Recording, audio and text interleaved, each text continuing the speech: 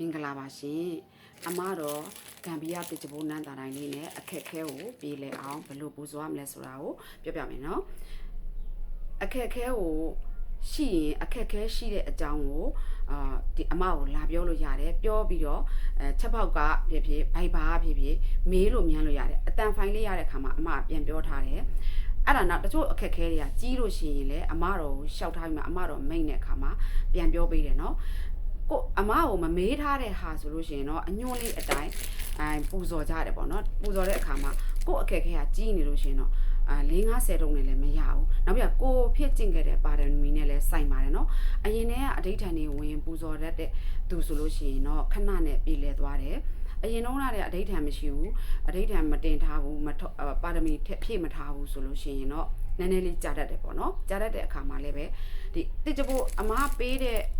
ရတရားကြတော့လေတစ်ချပိုးနဲ့ပူဇော်မှပြုလုပ်လို့ရတဲ့ရတရားဆိုတဲ့အတွက်ကြောင့်မလို့တစ်ချပိုးနဲ့ပြုလုပ်တဲ့အတိုင်းအမတော်ရဲ့ရှိရတစ်ချပိုးနန်းသားတိုင်းနဲ့တစ်ချပိုးနန်းသားခဲတွေနဲ့ပြုလုပ်လို့ရှိရင်တဲ့အခက်ခဲတိုင်းမှာမိမိရဲ့အဋိဌာန်ကိုလည်းမိမိဝင်လို့ရတယ်ဒါပေမဲ့ဆက်ပြီးတော့ဘလို့အဋိဌာန်ဝင်ရမှာလဲဆိုတော့ဖုဒ္ဓတလောကဓမေဆိုတဲ့ကာထာကိုအခက်ခဲ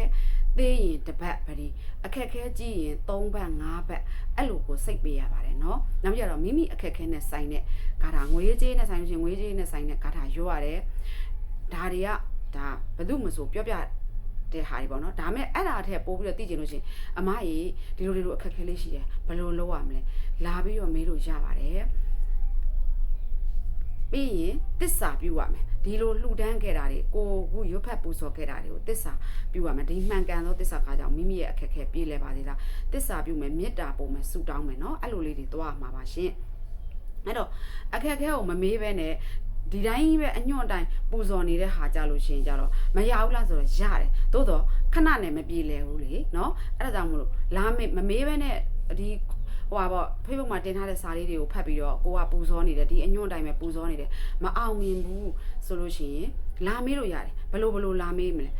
အမသမီးကတော့ဒီလိုအခက်အခဲလေးရှိတယ်အဲ့ဒါလေးကိုဘလို့အဋိဌာန်ရမလဲဘလို့ရတရားနဲ့လောက်ရမလဲဘလို့အဋိဌာန်မလဲဘယ်ကာထာကိုရော့ရမလဲလာမေးလို့ရပါတယ်လို့နော်လာမေးမှပြောခွင့်ရှိရလေနော်ကိုတွေကလေလာမမေးပဲနဲ့ထွန်းပူဇော်ထားပဲဒီတိုင်းပဲအမွှေးတိုင်းမလို့ပူဇော်ထားလိုက်တယ်မပြေလဲပါဘူးเนาะအဲ့လိုမပြေလဲပါဘူးအဋိဌာန်ကဒီအမတော်တေချဘုန်းနဲ့တာနဲ့ဆိုတိတန့်လေးလည်းရှိပါတယ်အဋိဌာန်လေးတိတန့်လေးလည်းရှိပါတယ်အဲ့လိုလေးလာမေးပြီးတော့ပူဇော်ကြတဲ့လူတွေအကုန်လုံးအောင်မြင်ကြပါတယ်လို့เนาะအဲ့တော့လာမေးပါအာမနာပါနဲ့ကျမအားတဲ့အချိန်အတန်ဖိုင်ရတဲ့အချိန်မှာပြောပြပေးထားပါမယ်ရှင်သူ့ကိုတကယ်အခက်ခဲရှိလို့ရှင်တော့တနေ့ကုန်ပူဇော်ရမှာ